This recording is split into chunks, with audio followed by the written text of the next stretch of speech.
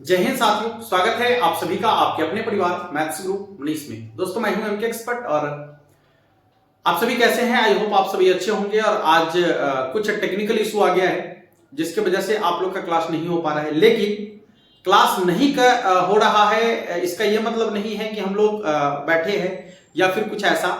आप लोग के लिए जो है ना एक ऐसा वीडियो लेकर आए हैं जो एग्जाम के टाइम में आप सबों की जरूरत की वीडियो है। मतलब आप सबों के मन में ऐसा प्रश्न आ रहा है कि सर हमने एक साल तो पढ़ाई किया, बहुत अच्छा से हमने तैयारी किया है, बहुत अच्छा हमने मेहनत किया है, सारी चैप्टर की तैयारी हमारी बेहतर हो चुकी है, सब कुछ हमने अच्छा से पढ़ लिया है, कोई दिक्कत नहीं है। अब आ गया एग्जाम का टाइम, तो अब एग्जाम के टाइम में क्या पढ़ा जाए, किस तरीके से पढ़ा जाए, कैसे पढ़ा जाए ताकि हमारा बोर्ड एग्जाम में स्कोर बेहतर हो जाए और ज्यादा से ज्यादा हमें पढ़ना भी ना पड़े, ठीक है ना। कम से कम पढ़कर हम बेहतर से बेहतर स्कोर कर पाए।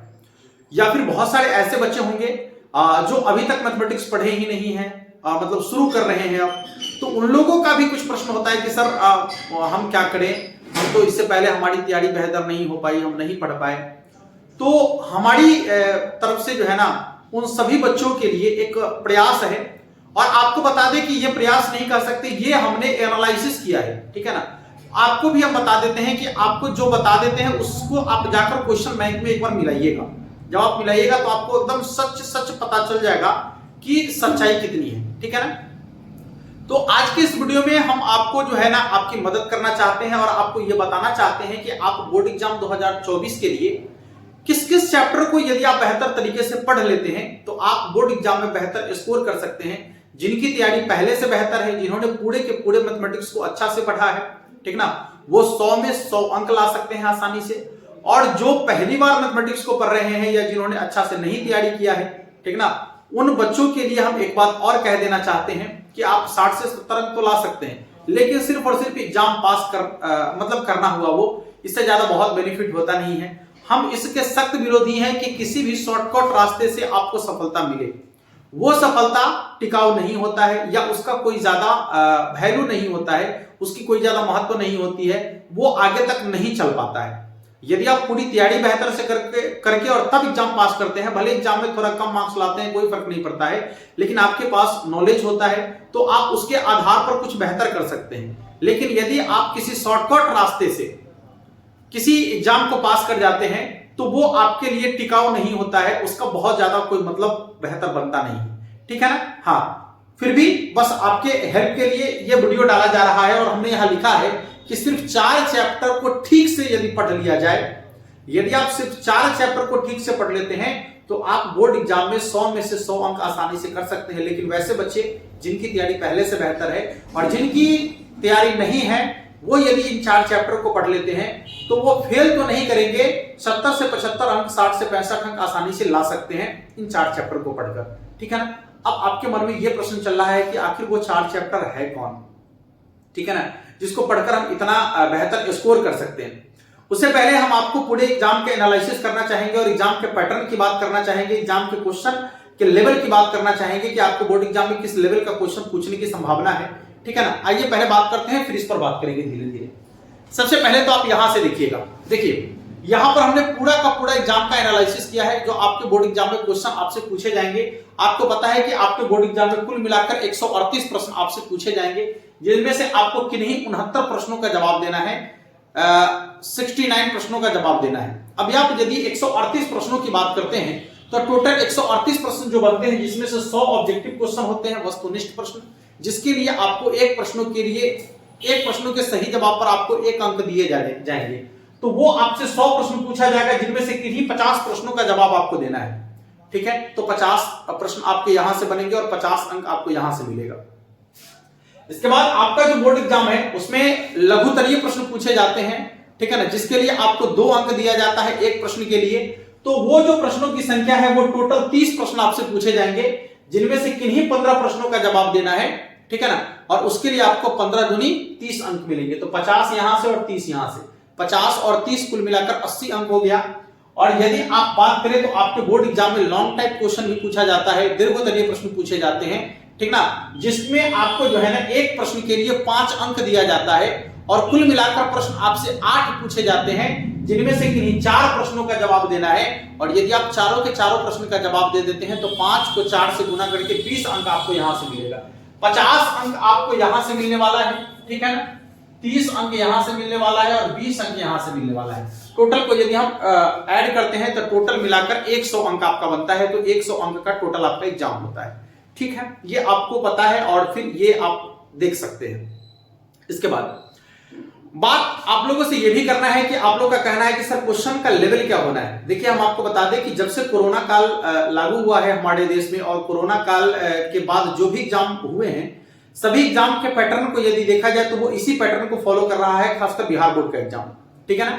और यदि बिहार बोर्ड के एग्जाम की बात करें कि जब इस पैटर्न को फॉलो करेगा तो चूंकि इसमें नंबर ऑफ क्वेश्चंस ज्यादा हैं, ठीक है ना, आपसे 138 प्रश्न पूछे जा रहे हैं जिसमें से किन्हीं 69 प्रश्नों का जवाब देना है, तो आपके पास नंबर ऑफ चॉइस सीधे दुगना है, ठीक है।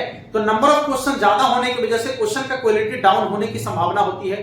और अमूमन ऐसा देखा भी गया है, जो 2020, 21, 22, 23 के प्रश्नों को उठाकर यदि आप देखेंगे तो आपको पता चलेगा कि उसके हिसाब से यदि देखा जाए तो प्रश्न मतलब इजी टू मॉडरेट प्रश्न होता है। ऐसा नहीं कह सकते बहुत कठिन प्रश्न पूछा जाता है, नहीं। और इसके पीछे का रीजन है कि नंबर ऑफ क्वेश्चंस ज्यादा है।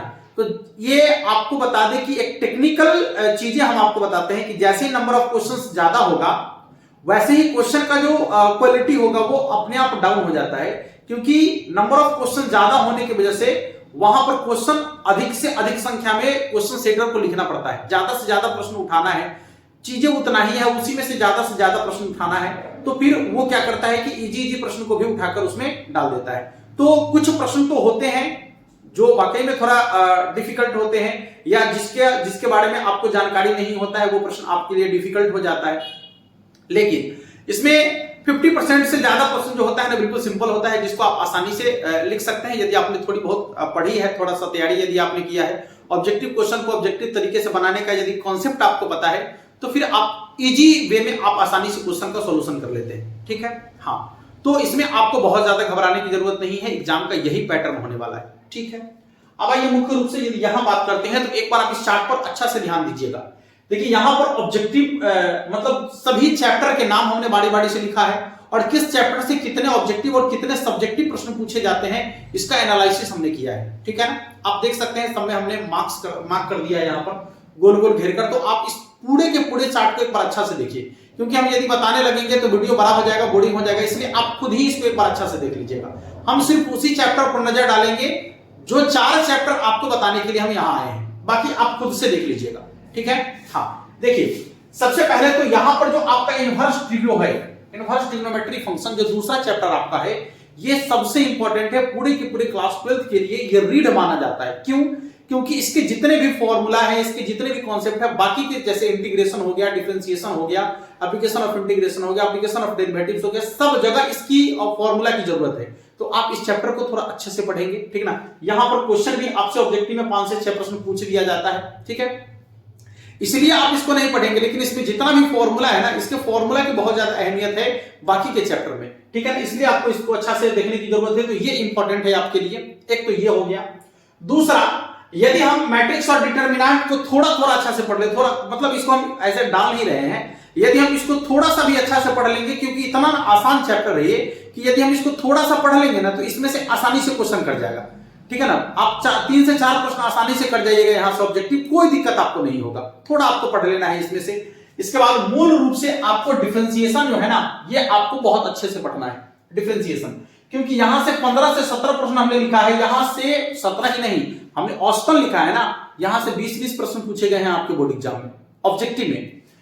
यदि हम 2 अंक की बात करेंगे तो 5 से 6 प्रश्न 2 अंक में आपसे पूछे जाते हैं, और फिर 5 अंक में जो है ना 2 से 3 प्रश्न पूछ लिया जाता है। 3 ना कहेंगे तो 2 एकदम निश्चित है कि पूछता ही है आपसे, ठीक है ना। 2 डिफरेंशिएशन के क्वेश्चन आपसे पूछे ही जाते हैं 5 अंक में। बाद बाकी यदि आप इंटीग्रेशन की बात करें तो हमने यहां 12 से 15 लिखा है, और 12 से 15 सिर्फ हम एक के लिए लिखे थे। इसमें 2 पार्ट होते हैं, एक होता है निश्चित समाकलन और एक होता है अनिश्चित समाकलन। तो यदि आप दोनों को जोड़ देते हैं तो 20 से 25 प्रश्न बन जाते हैं, ठीक है ना। हाँ, 20 से 25 प्रश्न बन जाते हैं, सॉरी।